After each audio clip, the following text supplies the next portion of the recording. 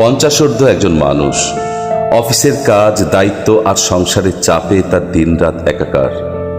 কয়েকদিন চট্টগ্রামে official tour, এর মাঝে আত্মীয়ের বিয়ে, সুযোগ পেয়ে একবার বান্দরবনের নীলাচলেও ঘুরে আসা।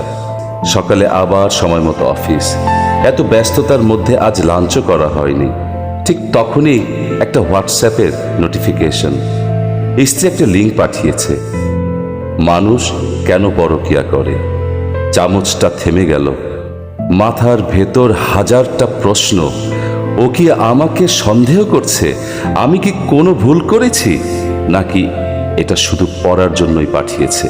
একটা ছোট্ট লিঙ্ক, কিন্তু কখনো কখনো একটা লিঙ্কই সম্পর্কের ভেতরের হাজারটা নীরব প্রশ্ন জাগিয়ে দেয়।